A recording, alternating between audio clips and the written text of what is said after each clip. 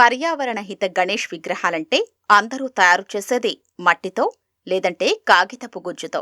కానీ దేశంలో ఎక్కడా లేని విధంగా వేరుశెనగ పొట్టు వ్యవసాయ ఆధారిత ముడిసరుకుతో వినాయక ప్రతిమల్ని తయారు చేస్తోంది గద్వాలలోని అంకుర సంస్థ శ్రీజ గ్రీన్ గెలాక్సీ. గట్టుమండలం చింతలకుంటకు చెందిన యువతి శ్రీజ ఈ అంకుర సంస్థను నడుపుతోంది.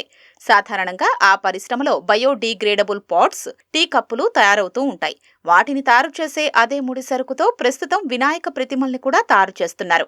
మట్టి విగ్రహాల్ని నిమజ్జనం చేస్తే నీటిలో కరిగిపోతాయి. పర్యావరణానికి ఎలాంటి హాని ఉండదు. వేరుశెనగ పొట్టుతో తయారైన ఈ విగ్రహాల్ని నిమజ్జనం చేస్తే నీటిలో కరిగిపోవడమే కాదు, జలచరాలకు ఆహారంగా కూడా ఉపయోగపడతాయి.